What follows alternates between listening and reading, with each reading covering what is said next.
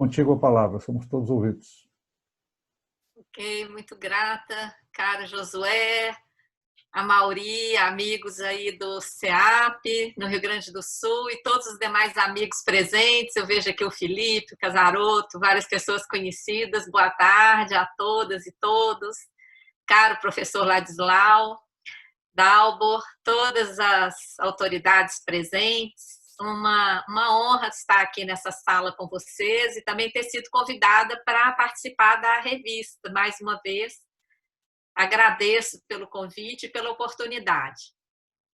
Nessa fala, né, de hoje que vocês me pediram, eu preparei uma apresentação, porque eu trato de muitos números, né, e nessa hora todo mundo já está cansado, inclusive eu disponibilizo essas telas, porque eu coloco vários links que não dá tempo de aprofundar em todos os detalhes, né? Então eu coloco alguns links para que quem tiver interesse depois leia, né? Eu ouvindo aí as últimas intervenções e a conjuntura, essa conjuntura marcada por essa grave pandemia, né, com muita tristeza, aí já passamos de 100 mil mortos no Brasil, e a questão é quantos dessas 100 mil pessoas que já se foram, né, não teriam ido se os investimentos em saúde, em estrutura de assistência social, estivessem em dia, né, no nosso país. E por que não estão, se o Brasil é tão rico? Tem um desajuste completo na destinação dos recursos, na aplicação dos recursos públicos no Brasil. E a conjuntura simplesmente escancara isso, né? Uma coisa que não é novidade, mas a pandemia escancarou, não é? Nós assistimos o aprofundamento da crise política e econômica, porque não podemos esquecer que de 2015 para cá, nós tivemos queda do PIB de 7%, tivemos quebra de centenas de empresas, desemprego recorde. Então, a crise econômica não começa na pandemia. A pandemia simplesmente aprofunda. Já estávamos há 5 anos em grave crise econômica, ambiental, social, ética e política também. Tivemos um golpe em 2016, né? E a marca da corrupção também. Nessa conjuntura, vem a pandemia e o oportunismo dos bancos, atingindo trilhões de reais, com graves impactos sociais e econômicos. E eu vou pautar minha fala nesse aspecto que quase ninguém fala, né? De cara, no dia 23 de março, que foi o primeiro dia útil depois do reconhecimento do estado de calamidade pública pela Câmara, pelo Congresso Nacional, eles reconheceram no dia 20 de março, que foi uma sexta-feira. Dia 23 foi o primeiro dia útil, foi a segunda-feira seguinte. O Banco Central liberou 1 trilhão e 200 bilhões de liquidez para os bancos. Em seguida, foi aprovada a Emenda Constitucional 106, a PEC 10, que virou Emenda Constitucional. Os bancos vão ganhar mais alguns, vários trilhões. Eles estão ganhando dezenas de bilhões nos contratos de swap, que eu nem coloco o nome de cambial, porque não devia se chamar cambial, porque o contrato é feito em real, liquidado em real, é apenas uma aposta na variação do dólar.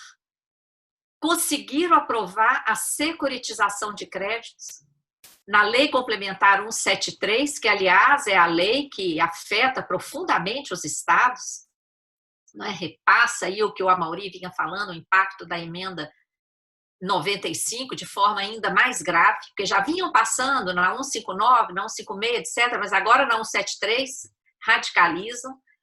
E ainda o projeto de autonomia do Banco Central, querem colocar o Banco Central autônomo em relação a todos os poderes, como um poder dos bancos à parte, sem se submeter ao Congresso Nacional, porque o próprio Banco Central, se forem aprovados esses projetos que estão lá, é o Banco Central que vai ter autonomia para fazer suas próprias normas.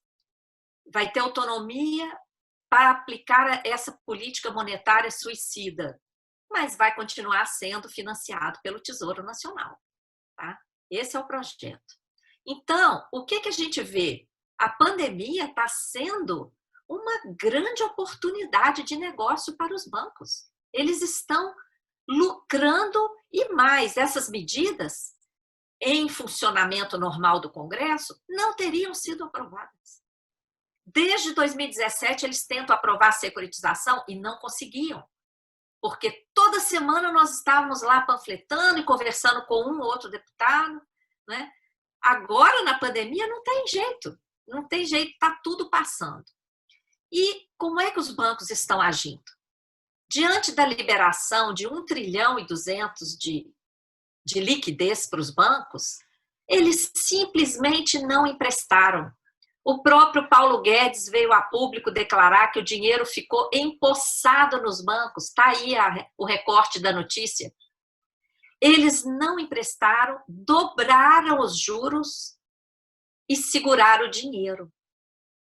Mais de 600 mil empresas fecharam, o desemprego explodiu e eles só passaram a emprestar depois que foi aprovado o Pronamp. O que é o Pronamp? Um programa em que o Tesouro Nacional vai dar garantia pública, vai bancar qualquer perda. Aliás, não é nem pagar depois.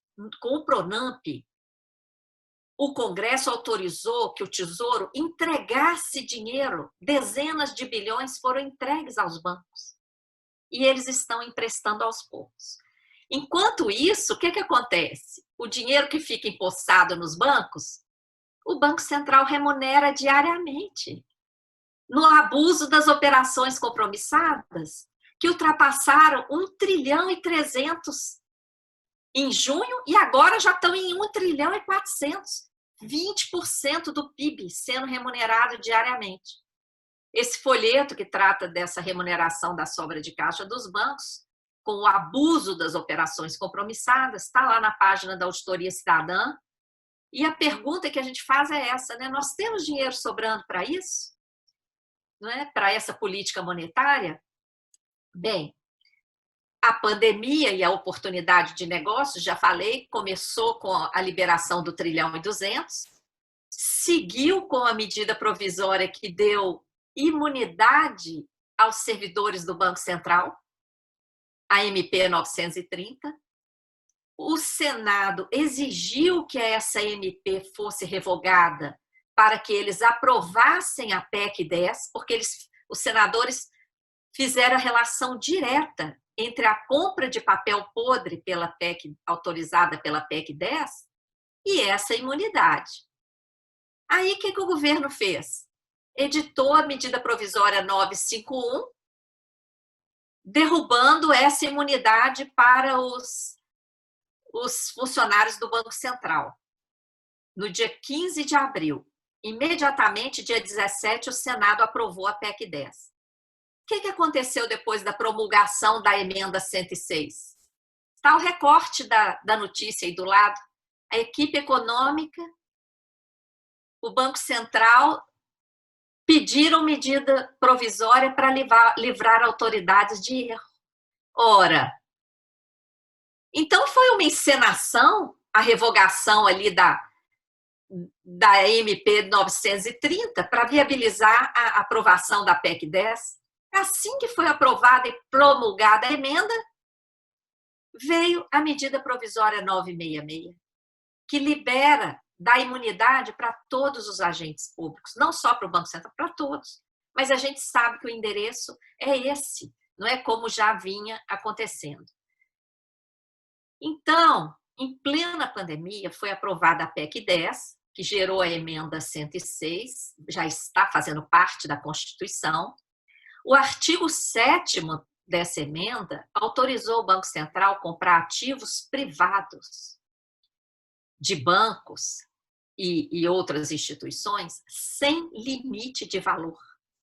Então, enquanto a gente está aí submetido à emenda 95, com teto para todos os gastos sociais, toda a estrutura de Estado, em todos os entes federados, porque esse teto foi replicado, né, em outras leis complementares para os outros entes federados, não tem teto para dar dinheiro para banco. Essa questão aí de comprar ativos privados é uma verdadeira conversa. O dinheiro vai ser dado para os bancos. Tá? Não estabeleceu limite de valor, não estabeleceu prazo de emissão dos papéis. Então, papéis prescritos que estão lá no ativo, nas carteiras de papéis podres dos bancos há 15 anos, como o levantamento que eu vou mostrar em seguida, poderão ser comprados. Qualquer papel, papel emitido no exterior, qualquer coisa. Na pressa de aprovar essa PEC 10, o texto votado na Câmara, ao final, ficou diferente do texto que tinha sido votado no Senado. E aí nós temos uma inconstitucionalidade flagrante, porque o artigo 60 da Constituição é muito claro ao dizer que para uma emenda ser aprovada, o mesmo texto tem que ser aprovado nas duas casas. E não foi. Então nós temos essa ação de inconstitucionalidade 6417, a Auditoria Cidadã pediu para ser amiga da corte, né, amicus curiae, não foi ainda ali decidido, mas imediatamente o Supremo acatou o pedido de amicus curiae da Confederação dos Bancos. O nosso ainda está pendente lá. Essa emenda 106 escancara o processo de financiarização aqui no Brasil e o funcionamento do sistema da dívida. Por quê? O Banco Central vai comprar trilhões de papel podre. Como é que o Banco Central vai pagar? Vai pagar com títulos da dívida que o Tesouro já vem entregando para o Banco Central. Então, nós vamos assistir o estoque da dívida pública explodir sem contrapartida. Né? Essa emenda representa a transferência de ativos tóxicos acumulados nos bancos durante anos para o Banco Central e caracteriza aí um oportunismo abusivo dos bancos diante do drama da pandemia para aprofundar seus privilégios. Né? Coloco alguns links aí, porque a gente já fez artigos sobre todos esses temas, né? E notas técnicas, etc. Quanto vai custar essa brincadeira da emenda 106? Durante a tramitação no Senado, os senadores exigiram que o presidente do Banco Central fosse lá, e naquela ocasião é que o presidente do Banco Central detalhou os ativos que ele pretendia comprar, inclusive falou valor exato, com vírgula, aí lá no dia 9 de abril, com 20 dias aí de decretação da pandemia, ele já sabia o valor com vírgula. Como é que ele sabia? Quase 1 trilhão, 972,9 bilhões. Isso aí saiu publicado e também está no PowerPoint que ele apresentou lá para os senadores. Ele sabia o valor porque, em novembro, essa empresa IVIX, Value Creation, olha o nome, gente, o mercado já nem despista, criação de valores, eles criam valores. Tá? Olha a financiarização aí. Saiu esse estudo, com destaque pelo Estadão, que noticiou a existência de quase 1 trilhão em papéis acumulados na carteira de créditos podres dos bancos. Esse estudo é importante porque ele confessa que eram papéis acumulados há 15 anos, ou seja, a maior parte já prescrita. E esse quase 1 trilhão não computava a correção monetária. Quanto que vai dar a correção monetária de papel acumulado há 15 anos nos bancos? E, depois de aprovada a emenda, o Banco Central já noticiou a compra de cestas de títulos. Que cestas são essas? São aqueles arranjos, aqueles empacotamentos que aceitam qualquer coisa. Na crise lá nos Estados Unidos, em 2008, vários vídeos foram produzidos para mostrar esses arranjos feitos pelos bancos, né, que empacotavam aqueles créditos que não tinham valor nenhum, aí empacota, coloca um rótulo bonito e pronto, não é? É infame imaginar que o Banco Central do Brasil vai poder atuar em mercado de balcão, um mercado que não tem regulamentação pela Bolsa de Valores, pela CVM, é um mercado totalmente desregulado. E vai poder comprar essas cestas de títulos.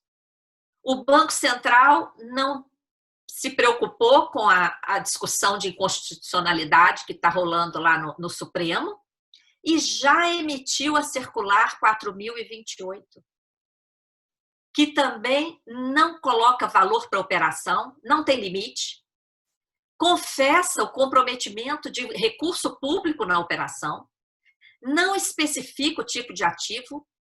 O Banco Central vai comprar qualquer papel prescrito, podre, estrangeiro, qualquer coisa, inclusive emitido no exterior, correndo risco de virar o lixão do mundo, tendo em vista o acúmulo de papéis nos tais bad banks lá fora. Enfim, essa regulamentação, essa circular, como diz uma amiga minha, foi um círculo no ar. Ela não estabeleceu parâmetro algum, segurança alguma para as contas públicas. Pelo contrário, é um blá, blá, blá. Vocês podem acessar aí nesse link a análise e o texto da circular. Bom, nesse contexto, antes mesmo da operação da emenda 106, o que está acontecendo na pandemia? Enquanto as empresas estão quebrando às centenas, enquanto o povo está desempregado e desesperado, eu participo muito de reuniões ligadas a grupos religiosos, né? O número de suicídios, porque é proibido divulgar o número de suicídio, né?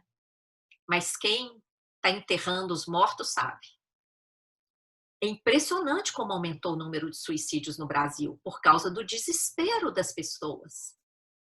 Enquanto isso, o lucro dos bancos continua aumentando, batendo recorde. E apesar do lucro, eles continuam demitindo, tá? Com o swap, os ganhos dos bancos até maio chegaram a 63 bilhões e meio. Para se ter uma ideia quanto que é isso, lá naquela lei complementar 173, que liberou 60 bilhões para todos os 26 estados, para o DF, e 5.570 municípios, 60 bi. Para os bancos, só no swap foi 63 bi e meio. Então, isso aqui, gente, prova, só no mês de maio foram 31 bilhões para o swap. Isso aqui prova, nós aqui, entre nós, muitos auditores, né, gostamos de tudo ali documentado, esse fato aqui prova que não falta dinheiro no Brasil. A questão é para onde o dinheiro está indo, né? E na esteira também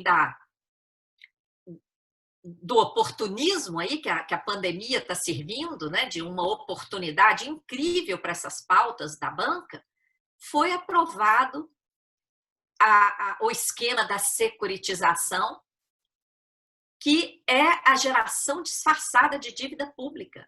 Um texto truncado entrou lá como um dos artigos da Lei Complementar 173, e o texto truncado permite várias interpretações, né? Pois bem, e tudo isso faz parte do que nós batizamos de sistema da dívida, que é a utilização do endividamento público às avessas, prejuízo de swap, bancado pelo Tesouro às custas de dívida. Essa emenda 106 vai custar trilhões de dívida, não é? O sistema da dívida tem como característica exatamente a ausência de contrapartida, beneficiando principalmente o setor financeiro, né? Como no caso da dívida dos estados, grande parte da dívida dos estados é passivo dos bancos estaduais. A maioria foi privatizada, mas mesmo no caso em que não houve privatização, houve a transferência desse passivo para a dívida dos estados, como aí no caso do Rio Grande do Sul. O sistema da dívida opera forjando, né, o modelo econômico para possibilitar os seus privilégios financeiros. Tudo isso acaba sendo previamente ou posteriormente respaldado por mudanças legais que protegem o sistema da dívida. Esse sistema legal é aprovado por um sistema político que se beneficia dessas benesses financeiras através de apoios e financiamentos de campanha, etc. A corrupção é intrínseca ao sistema da dívida, ele é corrupto em si, né? A grande mídia não fala nisso, e a cabeça desse sistema é a cúpula do sistema financeiro internacional, encabeçada pelo BIS, uma instituição privada operada por banqueiros que se diz Banco Central dos Bancos Centrais. É de lá que vem toda essa determinação de política monetária aplicada aqui no Brasil. De lá que vem para o mundo todo. Mas a adoção das políticas determinadas pelo BIS variam de dosagem, né? De acordo com a classe política de cada país. Aqui no Brasil, a dosagem é cavalar, como está num artigo que a gente publicou sobre a diferenciação dessa compra de papel podre pelo FED, que não vai ser pelo FED, vai ser por uma empresa, e vai ter regulação, vai ter limite, não vai poder ser papel estrangeiro, e não pode ter mais do que 5 anos. Tem uma série de regras que aqui no Brasil não tem nada, não tem regra nenhuma, está tudo à vontade, né? Pouca gente fala do BIS, não é? Pouca gente percebe a influência do BIS, e isso é fundamental que as entidades representativas de servidores percebam. Agora, por exemplo, a gente vê várias centrais jogando todas as fichas aí, né, em fora Bolsonaro, como se mudando, não que a gente apoie o governo, mas mudar um personagem não vai resolver. Nós temos que mudar o modelo. Claro que mudando o modelo vai ter que mudar todos os personagens, porque alguns não vão servir num novo modelo, né? Mas nosso foco tem que ser a mudança do modelo. Senão a gente continua aí, quem manda no Brasil é o BIS, porque ele implementa a política monetária através do Banco Central. O BIS tem 129 bancos centrais subordinados. Agora, a dosagem varia, como eu falei. O resultado dessa aplicação do sistema da dívida aqui no Brasil é a explosão da dívida sem contrapartida, né? A dívida interna federal já ultrapassa 6 trilhões de reais, não é? E a necessidade de pagar essa dívida tem justificado a destinação da maior parte do orçamento federal, os contínuos ajustes fiscais prejudicando todas as áreas, as privatizações. A justificativa para a privatização tem sido pagar a dívida, as contrarreformas, as modificações danosas na Constituição, como a emenda 95 e agora a emenda 106, não é? E todo ano a figura do orçamento é essa aí. 40% do orçamento federal executado vai para pagar dívida. Muita gente critica esse gráfico da auditoria cidadã, porque nós somamos o que está ali no CIAF como juros e amortizações. Por que a gente soma? Porque grande parte do juro está contabilizado na rubrica das amortizações. Tá? Eu vou mostrar uma tabela em seguida. Olha só como o Brasil está amarrado. Olha aí, ao longo dos anos, em grupo de despesa, né? Em vez de olhar todos os gastos por GND, olha quanto essas colunas em tonalidade vinho, vocês veem aí quanto está sendo destinado para juros e amortizações da dívida. Olha quanto vai para pessoal em âmbito federal, desmontando aí a mentira que Paulo Guedes falou que pessoal gasta 90% do gasto público no Brasil. Que mentira! Né? E olha aí os investimentos. Olha as inversões financeiras. O Brasil está amarrado pelo sistema da dívida. Né? E essa tabela, que pega aí 12 anos, olha a coluna juros e amortizações do valor que está lá no CIAF, Sistema de Contabilidade Pública Oficial, lá, o valor pago. Esse valor de juros que está lá no CIAF. Olha o valor das amortizações, gigantes, centenas de bilhões. Se nós estivéssemos amortizando essa montanha de dinheiro todo ano, o estoque teria que estar caindo.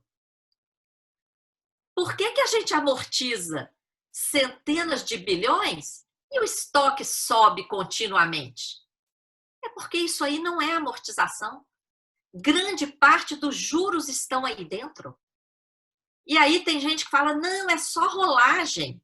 Se fosse rolagem, troca de um título que está vencendo por outro, o estoque se manteria constante. O estoque está explodindo porque nós estamos emitindo título para pagar juros, o que é inconstitucional e que a emenda 106 deu uma legalizada agora durante a pandemia. Não é? Até o Tribunal de Contas afirmou que a dívida não tem servido para investimentos no país. Está aí em destaque, inclusive o link vocês podem assistir. De 1995 a 2015, produzimos 1 trilhão de superávit primário. E a dívida continuou explodindo. Saltou de 86 bi para 4 tri. Então, o que é que tem feito a dívida crescer? Não são os gastos primários, são os próprios gastos com a própria dívida. Não é? O que tem feito essa dívida crescer, ela tem sido gerada pelos mecanismos financeiros, a transformação de dívida privada, inclusive dívida de bancos, em dívida pública, transformação de dívida irregular, suspeita de prescrição, como foi o caso do Plano Brady, elevadíssimas taxas de juros históricas. Agora que a Selic está em 2, o Tesouro divulgou que a média da taxa de juro que incide sobre a dívida, a média está em 9%. Tá? Por quê? Tem títulos emitidos a longo prazo com taxas altíssimas. Então, o estoque é todo influenciado. Não é? E aí, uma série de mecanismos, a contabilização de juro como amortização, o swap, a remuneração da sobra de caixa dos bancos, emissão excessiva de títulos, prejuízos do Banco Central que são transformados em dívida pública, e se o Supremo não barrar a emenda 106, aí é que nós vamos ver o que é explosão de dívida pública. Né? Aqui eu explico em algumas telas o abuso das compromissadas, porque esse tem sido o principal mecanismo atualmente de gerar dívida pública. No mundo todo, o volume de operações compromissadas é baixíssimo. No Brasil, alcança 20% do PIB. Na prática, está funcionando como um depósito voluntário remunerado.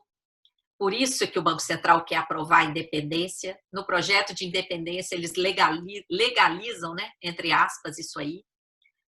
A desculpa de que essa operação compromissada seria necessária para controlar a inflação foi desmascarada em 2017 e está sendo desmascarada agora de novo. Não é?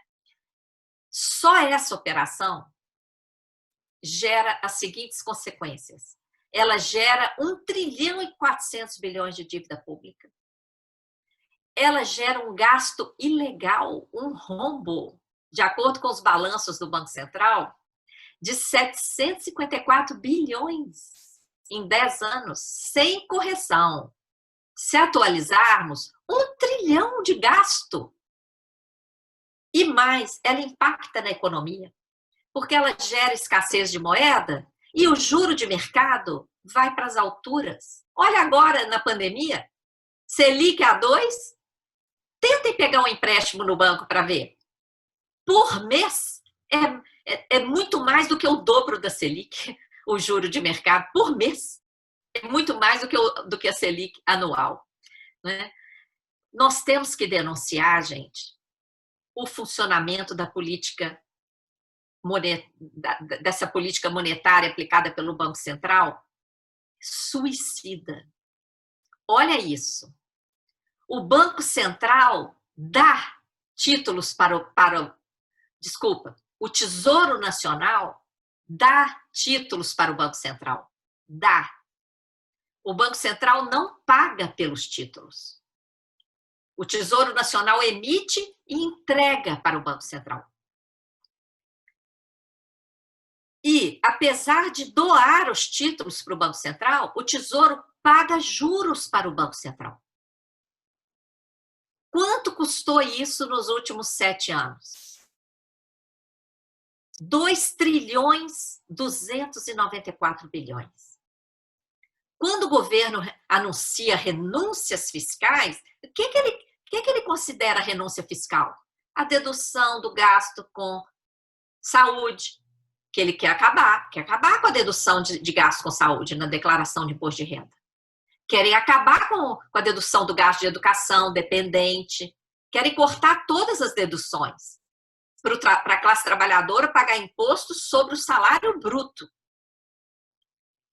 Eles não mencionam essa renúncia aí, que nós da Auditoria Cidadã estamos denunciando. Né? Esse estudo aí, inclusive, foi feito no âmbito do Observatório de Finanças da Comissão Brasileira de Justiça e Paz, que nós participamos. Tá? E nós estamos preparando uma denúncia em relação a isso, porque eles querem a independência do Banco Central, para o Banco Central continuar ficando livre de receber essa bolada e gastar o que quiser. Porque o que o Banco Central faz com esses títulos que o Banco Central que o Tesouro Nacional doa para ele?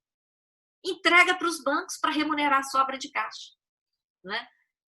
Bom, nós estamos aí submetidos a um cenário de escassez, crise fabricada por essa política monetária do Banco Central.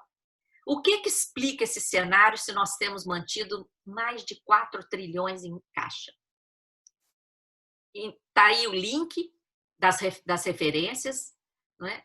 Temos mantido mais de 1 trilhão na conta única do Tesouro, quase 2 trilhões em reservas, porque agora o dólar subiu, dá mais do que isso aí, e 1 trilhão e 300 no caixa, agora já é 1 trilhão e 400 no caixa do Banco Central.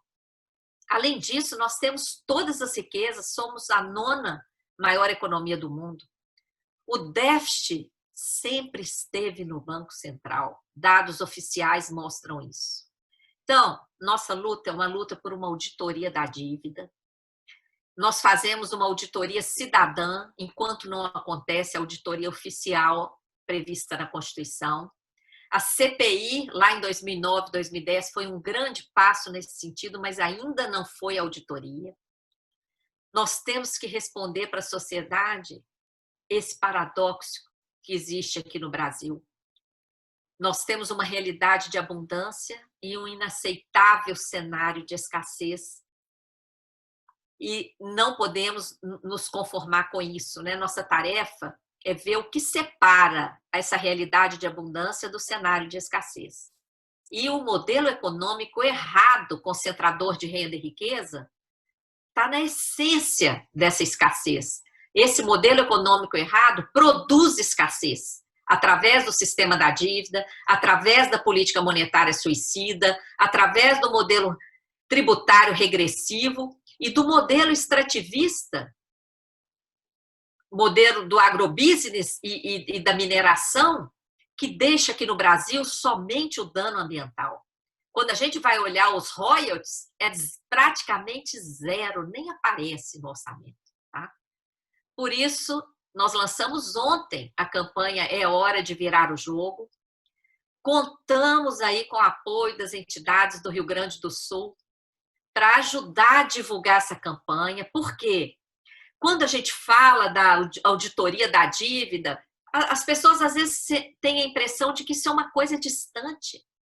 Nós temos que mostrar para as pessoas que o sistema da dívida, o teto de gastos, as reformas, a proposta de independência do Banco Central, essas privatizações, essa entrega abusiva do nosso patrimônio estratégico, a emenda 106, a securitização, o arroxo, né, aos servidores e tudo mais, tudo isso faz parte de um mesmo modelo, e quem manda nesse modelo é principalmente o sistema financeiro encabeçado pelo BIS.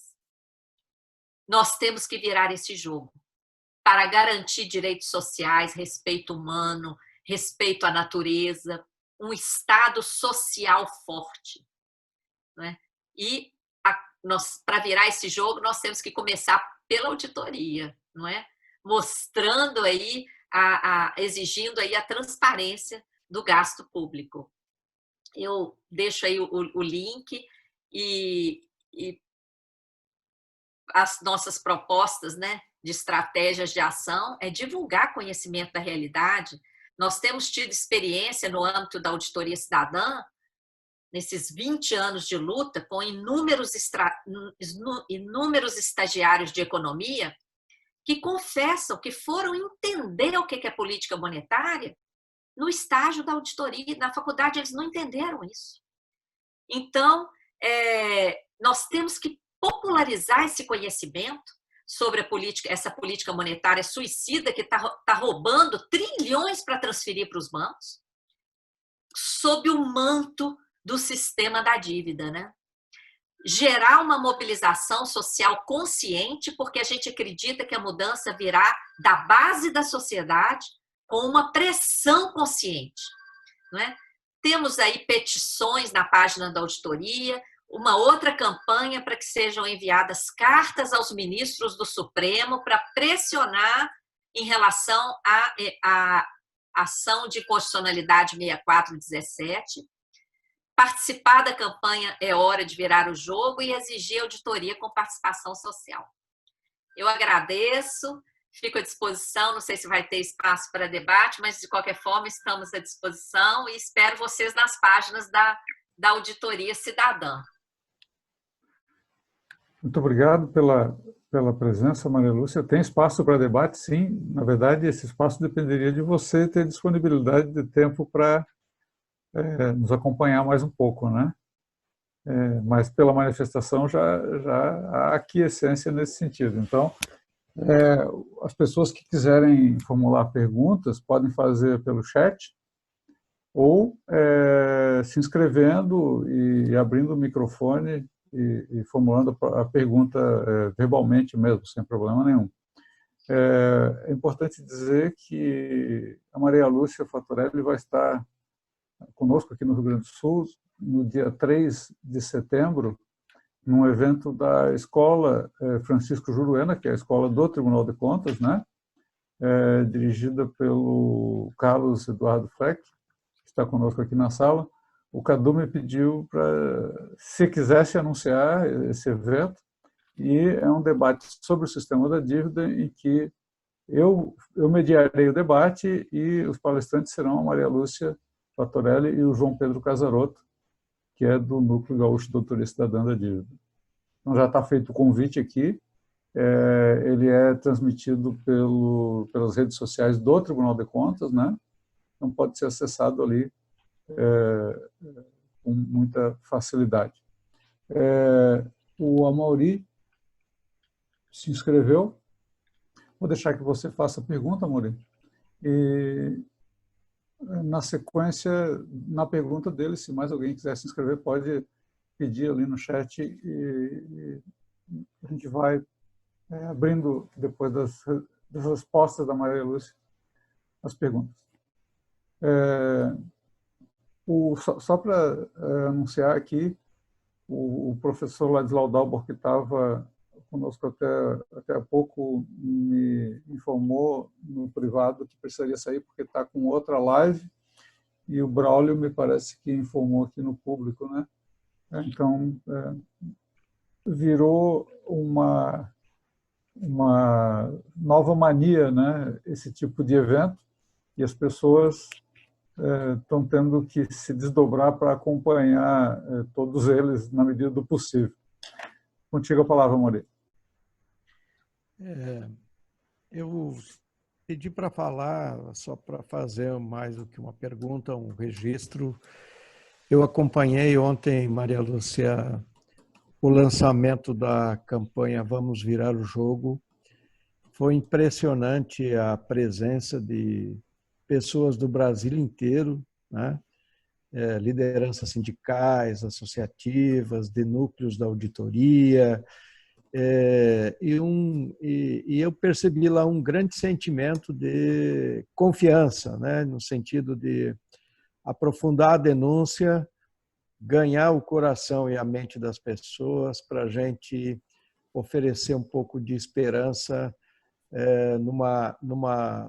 na construção de uma outra nação que possa ser próspera e que trate bem o nosso povo. Então, minhas palavras aqui, primeiro é de homenagem à tua determinação lá de fazer a campanha, segundo, pelo momento certo da gente estabelecer que dá para virar, entendeu? É isso que temos que libertar, e acho que você está fazendo isso, libertar a confiança das pessoas e fazer com que elas se sintam profundamente determinadas a construir um mundo para si mesmo e para todos que seja diametralmente ou completamente diferente dessa prioridade absoluta ao sistema financeiro que nega a vida, né, e que nega a perspectiva de futuro para todos nós. Então, era esse o registro. Obrigado. Gratidão, Amaury. Obrigado, Amaury. Eu só lamento, acho que você não chegou a entrar naquele chat exclusivo, né, para ficar dentro da sala. Acho que você assistiu de fora da sala. Isso, mas tinha eu e muitas centenas lá assistindo lá de fora. Pois é, era para ter entrado no chat, mas assim, eu te agradeço. E realmente, as pessoas falaram, né, como é que você consegue ter otimismo diante desse quadro todo? Eu falo, olha, quem luta é sempre otimista, porque senão não lutaria, né? Senão já tinha desistido e largado tudo. Quem está de fato lutando é otimista, tem esperança, acredita, né? Tem mais do que esperança, tem confiança de que é possível. E é possível mesmo, não é nenhuma... É claro que é possível mudar, agora vai depender do engajamento das pessoas, das entidades, do apoio, porque essa campanha não é da auditoria cidadã, é uma campanha para a sociedade, né? Para virar o jogo mesmo. E se houver essa conscientização, eu não tenho dúvida de que a gente vai virar. Obrigado, Maria Lúcia. O Casaroto pediu inscrição, Casaroto? Tem que pedir. Para deixar um grande abraço para Maria Lúcia e deixar registrado a minha grande admiração que eu tenho por ti, pelo teu trabalho. Eu cada vez que te ouço, cada vez que eu posso falar no teu nome, eu chego a me emocionar, porque eu conheço, a gente vem de longe, né, Maria Lúcia? A gente já se conheceu lá na CPI da Dívida Pública, lá em 2010, e realmente cada vez eu fico mais assim, satisfeito, contente em te conhecer e participar desse grupo, e principalmente sob a tua liderança. Tu realmente é uma mulher diferenciada nesse país. Tu é uma mulher que está conseguindo fazer um trabalho de formiga. Ontem estava conversando com um colega aqui da Auditoria Cidadã do Rio Grande do Sul. Ele queria fazer uma explosão. Isso não pode acontecer. Meu amigo, o nosso trabalho é de formiguinha. A Maria Lúcia começou lá atrás, há 20 anos, pegou a ideia isso espalhou pelo Brasil, está incomodando as grandes autoridades monetárias brasileiras pelo trabalho. Então, na verdade, não é uma pergunta, é um registro do meu agradecimento como cidadão brasileiro. Os meus netos e as minhas filhas, com certeza, se beneficiarão desse teu trabalho. Muito obrigado. Um abração. Gratidão, Casaroto. Eu devolvo os elogios, porque o estudo que você vem fazendo sobre a dívida dos estados tem sido fundamental para a auditoria, né, da dívida dos estados também. Então, é uma parceria, né? Seguimos na luta, vamos em frente. Obrigado, Casaroto. O Felipe pediu a palavra. Está contigo, Felipe. Antes do Felipe, Maria Lúcia, várias pessoas me pediram que disponibilizasse depois esse material. Eu posso até colocar aqui já. Se tu quiseres, eu não sei se eu consigo. Tu poderias me mandar, pode ser pelo WhatsApp mesmo, e aí eu disponibilizo na nossa página na internet. Tá. Se não puder entrar por ali. Eu vou ver se eu consigo anexar aqui. Acho que não está aceitando anexar. Então, me manda pelo WhatsApp, aí eu tá bom, eu te mando por e-mail ou chat. Felipe, contigo. Bom, então também vou entrar na fila daqueles que consideram a Maria Lúcia um farol, né? Nessa escuridão que a gente vive. Quero te cumprimentar, Maria Lúcia, é inspiradora a tua fala. E eu não vou deixar de aproveitar para te colocar uma pergunta também, e tentando conectar com o que a gente tem visto, né? A gente tem participado de algumas lives, em algumas delas um pessoal de comunidade, né?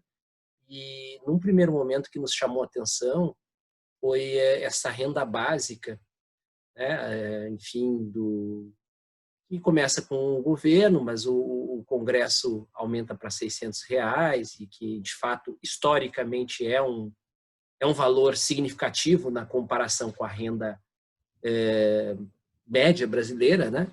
Mas há uma grande armadilha, né? Nos chamou a atenção que essas pessoas da comunidade disseram: nossa, nunca recebemos tanto dinheiro assim, né? Numa verba assistencial.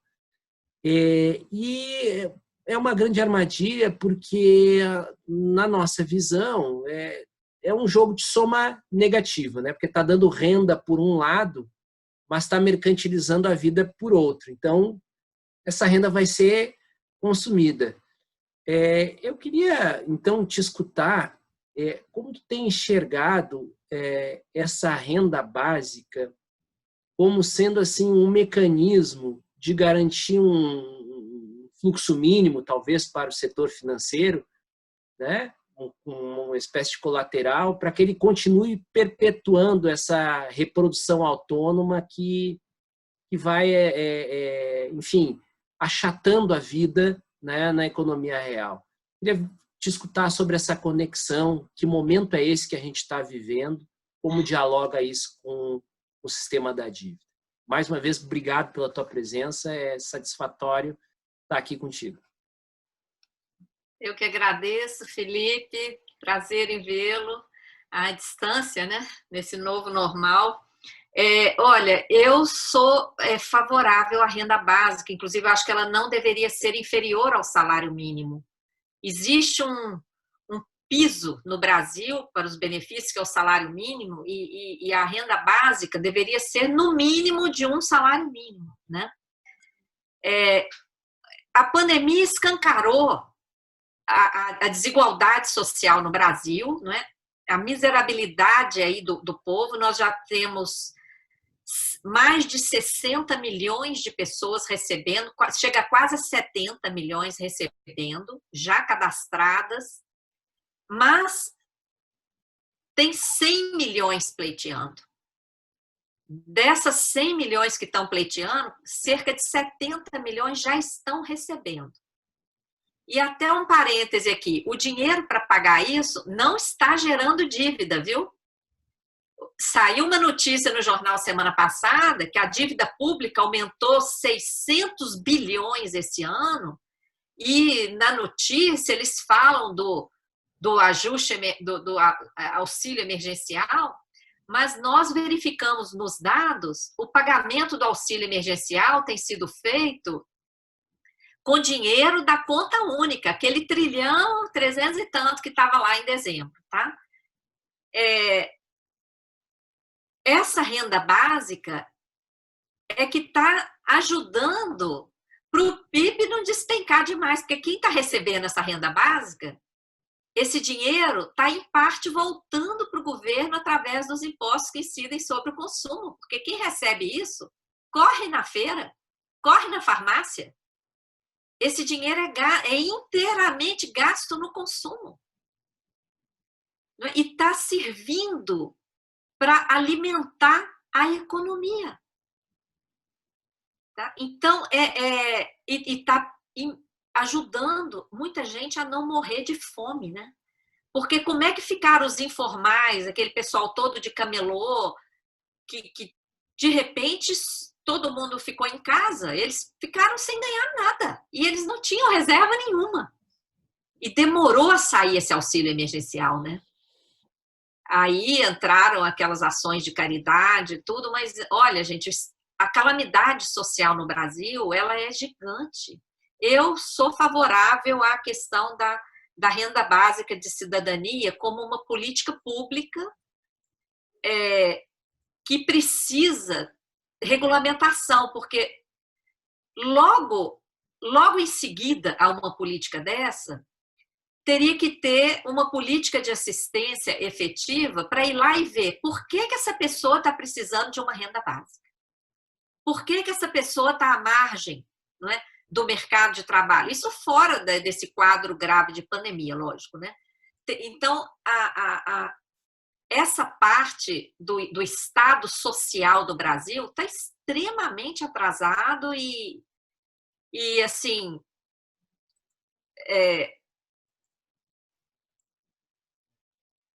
completamente afastado das possibilidades, não é, que aqui no Brasil poderíamos ter diante de tanta riqueza, de tantas potencialidades que temos, tanto em âmbito federal como de estados e municípios, né? Eu sou favorável. Agora, os bancos estão de olho na geração de contas bancárias para os mais pobres. Tem um projeto, o pesquisador Daniel Simões até publicou esses dias aí, porque os bancos viram que 2 bilhões de pessoas no mundo não têm conta bancária. E eles querem que essas pessoas tenham conta bancária. Né? Aí tem uma série de conjecturas, né, de que o pagamento desses benefícios vai ser um mecanismo para levar esses miseráveis a terem uma conta bancária. E aí, muitas coisas podem acontecer, né? Mas eu confesso que eu não aprofundei nesse estudo ainda. Tem um artigo do Daniel Simões falando sobre isso na página dele. Você pode dar uma olhada lá, Felipe. Ele já avançou nessa pesquisa. Maria Lúcia, tem uma pergunta aqui no chat do colega Luiz Carlos Santos.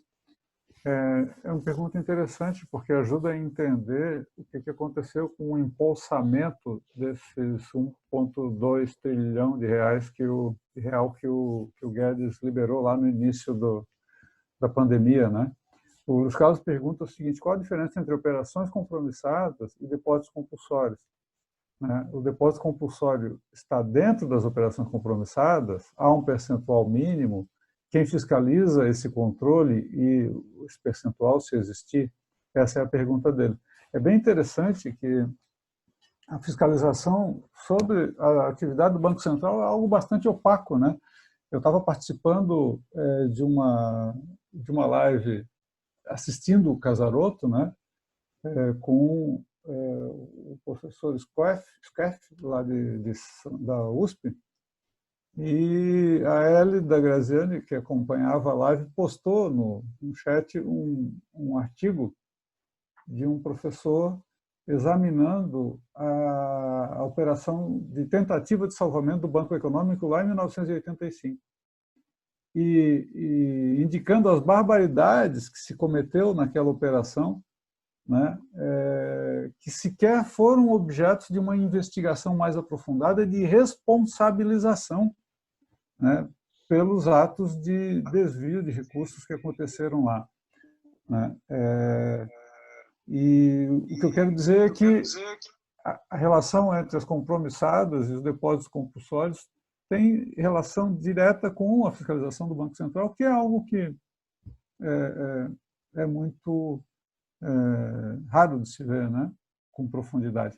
Mas, enfim, a pergunta do colega é essa: qual a diferença entre operações compromissadas e os compulsórios, e se existe percentual mínimo para um e outro? Uhum. Sim, interessante, sim.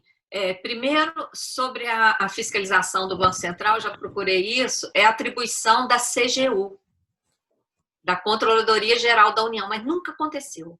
Ela nunca fez uma fiscalização sobre o Banco Central. Tá? E é interessante a gente falar nisso, porque isso não é nenhuma maluquice. Nos Estados Unidos, o Departamento de Contabilidade Governamental, que corresponde mais ou menos à CGU, fiscalizou o Fed. E foi essa fiscalização que documentou aquela auditoria que a gente cita até no nosso livro, que provou a entrega de trilhões para os bancos ali durante a crise de 2008, né? Foi a auditoria feita pelo Departamento de Contabilidade Governamental americano, no FED, que provou aquela entrega de dinheiro. E depois disso foram estabelecidas uma série de regulações. Aqui no Brasil nunca aconteceu essa fiscalização. E não é à toa que tem essa encomenda aí para imunidade, né, dos operadores do Banco Central. Eles querem ficar imunes, porque no fundo eles sabem que tem improbidade administrativa em várias desses mecanismos que o Banco Central está operando, né? Esse swap tem uma representação do TCU falando que isso é uma aposta. Vocês podem acessar o texto dessa representação, está lá na página da Auditoria Cidadã. Se vocês colocarem lá na busca representação, TCU, swap, vocês vão pegar o texto completo. Agora, as compromissadas, gente, é o seguinte: o que é isso? O que é a compromissada? Ela é sobre o valor da tal da reserva bancária depois de excluído o depósito compulsório. O que é a reserva bancária? É o dinheiro de todos nós. O nosso dinheiro, pessoa física, o dinheiro das empresas, o dinheiro das próprias instituições públicas que têm conta bancária. Todo esse dinheiro depositado nos bancos, depósito à vista e aplicação, faz parte da chamada reserva bancária. Todos os dias os bancos têm que informar para o Banco Central quanto que tem em reserva bancária. De acordo com o que está em reserva bancária, ali, disponível, ele é obrigado a separar um pedaço para o depósito compulsório. Depósito compulsório, como o nome diz, é obrigatório, ele tem que reservar aquilo ali. O percentual do depósito compulsório foi diminuído agora com aquela benesse do 1,2 trilhão. O depósito compulsório foi diminuído. Para quê? Para sobrar mais no caixa dos bancos, para o banco ter mais liquidez para emprestar. Esse dinheiro que sobra no caixa dos bancos, então, gente, recapitulando, é a soma de todos os depósitos à vista, soma das aplicações de curto prazo, todo o dinheiro disponível, que, em tese, depois de subtraído o depósito compulsório, em tese, toda essa sobra, os bancos poderiam emprestar. E é assim que funciona no mundo inteiro. Aqui no Brasil, em vez de emprestar, o Banco Central admite o depósito voluntário desse valor lá no Banco Central, abusando das operações compromissadas, porque compromissada é para ser uma coisa pontual, como é no mundo inteiro, é uma coisa baixíssima, pontual. Aqui, o instrumento das compromissadas está sendo usado para, na prática, remunerar essa sobra de caixa. Então, o que acontece? O banco aqui, os bancos se dão ao luxo de cobrar essa taxa de juros extorsiva, que quem de nós já precisou usar empréstimo bancário sabe de que eu estou falando. Você entra, você não consegue sair, porque a coisa é extremamente abusiva. Então, para que os bancos vão correr risco de emprestar para alguém, seja esse alguém uma pessoa física ou uma empresa? Para que eles vão se esforçar se eles têm a garantia de remuneração diária pelo Banco Central, que custou aqueles bilhões que eu mostrei, trilhões, né, que eu mostrei? Então, essa operação, gente, é um escândalo. Eu queria até fazer um apelo aqui, Josué, vocês dos tribunais de contas, nos ajudem a formular uma denúncia, entendeu? Porque isso tem que chegar a ser formalizado, nem que seja para ficar na história. Porque a gente fazendo só essa denúncia, assim, já fizemos denúncia em documentos, né? O relatório da CPI está lá no Ministério Público, foi entregue já ao Tribunal de Contas da União, mas fica aquilo tudo, assim, acho que a gente tem que fazer uma denúncia formal, que possa gerar até uma responsabilização, não é, dos órgãos que se omitirem, porque só essa operação, gente, ela está representando um aumento da dívida, um rombo no orçamento e o impedimento do funcionamento da economia. O que seria da economia irrigada com esse 1,4 trilhão que os bancos teriam que obrigatoriamente emprestar a juro baixinho, senão o dinheiro ia ficar mofando lá no caixa deles? Só essa operação já provocaria, sim, uma revolução na nossa economia. Quantas empresas que quebraram não teriam quebrado se tivesse tido acesso a crédito a um custo minimamente decente, né? E mais, né, como temos vários sindicalistas aqui, falar dessa operação é um instrumento para os representantes, principalmente de servidores públicos, que foram chamados de parasitas pelo ministro Paulo Guedes. Essa operação que é extremamente parasita. O banco ganha em cima de um dinheiro que nem é dele. É dinheiro de depositantes, que ele aproveita para receber remuneração diária lá do Banco Central. Isso é que é ser parasita, né? Lúcia, deixa eu te perguntar uma coisa. Tu tens ideia de quando mais ou menos foi criada o Instituto da Operação Compromissada? Eu faço essa pergunta porque quando eu estudei economia, ali no final da década de 80, a política monetária se fazia com depósito compulsório. A gente não se ouvia falar em operação compromissada, né? Então você regulava a base monetária a partir do compulsório, né? E mais recentemente a banca achou uma forma de ganhar dinheiro com essa sobra de caixa, né? Que são exatamente as compromissadas, né? Então você tem ideia de quando surge esse instituto? Sim, tenho, já estudei isso. Josué, antes da Lei de Responsabilidade Fiscal, o próprio Banco Central emitia títulos próprios. Então, antes da Lei de Responsabilidade Fiscal, nós tínhamos títulos emitidos pelo Tesouro Nacional e títulos emitidos pelo Banco Central. E o Banco Central já utilizava os títulos de sua própria emissão para remunerar a sobra de caixa dos bancos. Só que era o chamado overnight. Lembra do overnight? Sim. Que os bancos depositavam no Banco Central e ganhavam. Isso, nunca houve muita transparência sobre isso. Também não existia auditoria cidadã antes do ano 2000, né, gente? A auditoria cidadã foi a partir do ano 2000. Então, mas o Banco Central já fazia isso com os seus títulos próprios. O que a Lei de Responsabilidade Fiscal fez? Proibiu o Banco Central de emitir títulos e deu 5 anos para ele parar de utilizar os títulos. Deu um prazo de 5 anos para ele continuar utilizando e depois parar.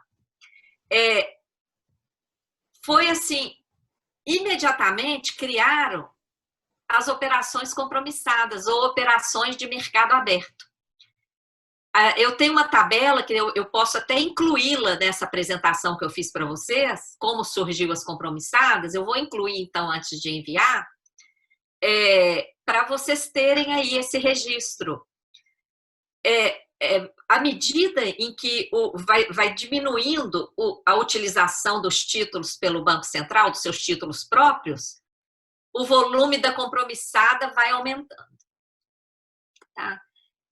Então, ela começa a surgir aí, a partir do ano 2000, à medida em que o Banco Central vai parando de usar os títulos da sua própria emissão. E vem em substituição ao que o Banco Central já fazia com seus títulos próprios nas operações de overnight. Isso sempre aconteceu. Tá?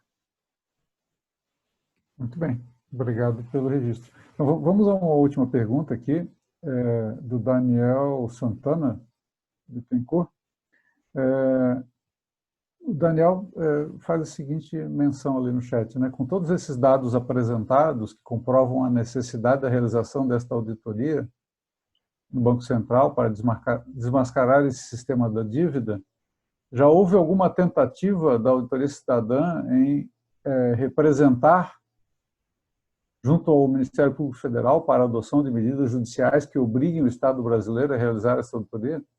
Lembrando que na semana passada tivemos a entrega de 3 plataformas de petróleo pelo preço de 3 apartamentos na zona sul do Rio de Janeiro. E, curiosamente, o secretário de Privatizações pede demissão na semana seguinte, com a história de que o Estado é burocrático demais, e etc. Bueno, essa é a pergunta. Sim. Tá, olha, nós entregamos, né, para o Ministério Público Federal todo o nosso trabalho feito durante a CPI da dívida. O Ministério Público chegou a montar um grupo de trabalho, só que montou um grupo de trabalho com uma pessoa de cada lugar. Esse grupo, até hoje, nenhuma ação foi iniciada, né? Nós temos feito, em âmbito assim, do judiciário, no início da auditoria cidadã, em 2004, o Conselho Federal da OAB entrou com uma ação por descumprimento de preceito fundamental junto ao Supremo, baseada já nos trabalhos da auditoria cidadã que estavam começando, mas aquela DPF já foi baseada nos nossos trabalhos. Essa DPF está lá no Supremo desde 2004. Recentemente, ano passado, nós conseguimos uma decisão aqui da 14ª Vara da Justiça Federal aqui em Brasília, uma decisão histórica, está inclusive na página da Auditoria Cidadã. Vocês podem acessar lá, decisão judicial da 14ª Vara, pela auditoria. O juiz, nós entramos com uma ação civil pública. O juiz nos deu ganho de causa. O juiz de primeira instância nos deu ganho de causa, mandou... a decisão saiu ainda em 2018.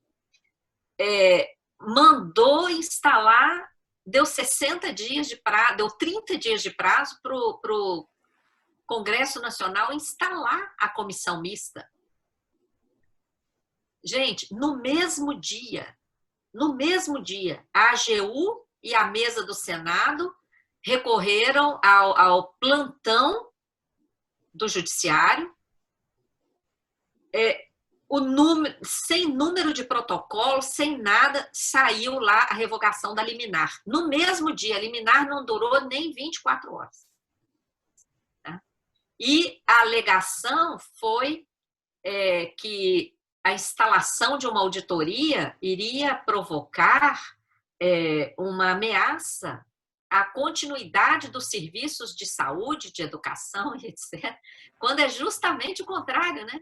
Como quem perguntou falou, é por causa da dívida que nós estamos perdendo patrimônio, a justificativa tem sido essa. Olha, se a gente for ficar entrando, né, com a ação em relação a isso, nós teríamos que ter uma equipe de advogados assim, cuidando só disso. E infelizmente, nós não temos. Agora, você tem razão quando perguntou, é preciso fazer denúncias. Eu acho que mesmo não tendo tido sucesso nas tentativas que a gente já fez, né, porque a coisa fica barrada e depois não anda mais. Essa liminar mesmo que foi derrubada, nós recorremos. E aí a coisa fica parada. O processo que nós entramos contra a PBH Ativos SA, que deu um prejuízo de 70 milhões para o município, vocês já ouviram falar de processo judicial suspenso? O advogado esteve aqui em Brasília antes da pandemia, o processo está suspenso. Então, gente, o poder financeiro não é brincadeira, não, tá? Por isso é que a gente precisa de todo mundo, precisa jogar mesmo esses temas nas redes, colocar nas páginas dos sindicatos, popularizar, porque se a gente não criar uma enorme massa crítica, muitas, milhares de pessoas falando nisso, eles vão continuar muito à vontade. Nós temos que gerar essa massa de constrangimento, isso só vai ser possível com muita participação, muito apoio. Enquanto formos poucos falando nisso, não vai fazer diferença nenhuma. Como disse um amigo nosso do Banco Central, a auditoria cidadã já foi precificada. É assim que eles nos tratam. Tá? Já foi precificada. Aquilo ali já nos precificaram. Tá? Não então, conseguiram comprar, mas precificaram. Isso, né? Num clamor social. É interessante, né, Maria Lúcia? Eles tentam comprar o que dá, né? Quando não dá, precificam para ver como ir empurrando para um canto, né? Mas, assim, eu vou fazer uma consideração aqui, eu vou te dar um espaço para as últimas palavras, né? A gente já está quase 3 horas aqui, aqueles que estão desde o início conosco, e eu não sei quanto aos demais, mas eu fico bastante cansado com uma atividade constante aqui nesse formato, né? Eu gosto mais do formato palestra presencial. Esse aqui me deixa meio... Mas, enfim, o primeiro contato que eu tive, a primeira vez que eu ouvi falar da Maria Lúcia foi, eu creio que foi em 2008, fim de 2008, 2009, e foi uma notícia de jornal que me chamou a atenção, em que ela estava recebendo uma reprimenda por estar participando da auditoria no Equador. Eu pensei comigo, puxa vida, essa mulher deve estar incomodando muita gente. É só uma auditora federal do Tesouro Nacional, ainda na ativa, né? Fazendo um trabalho de extrema relevância desses e recebendo uma reprimenda pública, né? Assim, caramba! E depois, quando a encontrei mais adiante, que me aproximei do movimento da autoria cidadã, me dei conta daquilo que o Casaroto acabou de expressar ainda há pouco, né? Da estatura que é essa mulher lutadora e uma liderança, enfim, né? Para todos nós aí nesse campo de atuação. Fica aí o meu reconhecimento, o meu elogio. Sou fã de carteirinha, viu? Deixa eu te passar a palavra para encerrar, então, nosso evento de hoje. Muito obrigado. E obrigado a todos pela presença, a todos aqueles que ficaram aqui até o final. Sei que não é fácil, mas depois esse material que a Maria Lúcia me passar, a gente vai disponibilizar no site do CEAP, assim como a gravação da palestra, né? Contigo, Maria Lúcia. Gratidão, Josué. Ouvir o seu reconhecimento, né? É um orgulho muito grande para mim. É o melhor prêmio, né? É o reconhecimento das pessoas que a gente admira, né? E os ataques daqueles que a gente sabe de que lado estão, a gente não pode deixar nos abalar. Pelo contrário, né? Ataque daqueles que a gente sabe que estão do lado de lá, né? Do lado que a gente quer virar o jogo, serve para mostrar que a gente está no caminho certo, né? Porque eles nos atacam exatamente porque nós estamos ali denunciando o que está errado, o que é inaceitável, né? Então, aquilo ali foi um ataque, me usaram como bode expiatório exatamente para esconder aquilo que depois a Lava Jato mostrou aí de pagamentos ao exterior para as empreiteiras, né, pelo BNDES, toda aquela situação. E eu nem trabalhei nessa parte lá no Equador. Me usaram feio, porque no Equador eu trabalhei com a auditoria da dívida externa equatoriana junto aos bancos privados internacionais, né? Eu tive a oportunidade de documentar lá a renúncia à prescrição da dívida externa, o plano Braid, a conversão em globo, toda a dívida desde a ditadura, que, aliás, a história é idêntica aqui do Brasil, em termos de dívida externa. Então, eu nem participei dessa parte aí da auditoria da dívida que envolvia operações bilaterais, e eles me usaram mesmo só para tentar nos calar, né? Usaram uma foto que tiraram no nosso seminário, que a gente fez um grande seminário para divulgar a vitória que foi a auditoria do Equador, e da qual participamos, né, com uma redução da dívida externa em 70%, possibilitou investimentos em saúde, educação, desmascarou o sistema da dívida lá, né? E a gente continua nessa luta, já são 20 anos esse ano. Nós vamos começar a dar presentes, a gente faz aniversário e dá presentes. Os nossos livros vão ser disponibilizados em PDF, livre acesso. Vídeos antigos dos cursos anteriores vão ser disponibilizados. E essa campanha, né, é hora de virar o jogo. E também um concurso de redação que a gente está estudando para envolver a juventude nesse tema, tá? Um concurso de redação para a meninada, principalmente verificar como o Brasil é rico, não é? Porque não se fala nisso nas escolas, não se fala da riqueza do Brasil, não é? As pessoas nascem e crescem sem saber todas as nossas potencialidades. Então, a gente vai fazer esse concurso de redação também. Tem várias iniciativas e vocês fiquem à vontade para sugerir outras iniciativas também, porque para virar esse jogo a gente vai precisar fazer muito movimento. E conto muito com vocês, viu? Muito mesmo, para apoiar, divulgar essa campanha e obter adesões aí de movimentos, coletivos, sindicatos, todo mundo, tá? Gratidão enorme por esse espaço.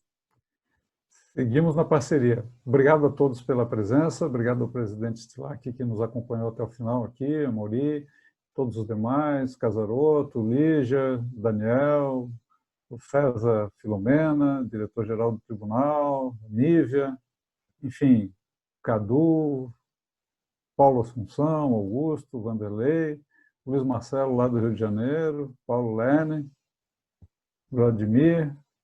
Cuidem-se todos, né? Hoje vale a máxima de cuidar de si, é cuidar dos seus vizinhos e parceiros, e, enfim, de todas as pessoas com quem você se relaciona também.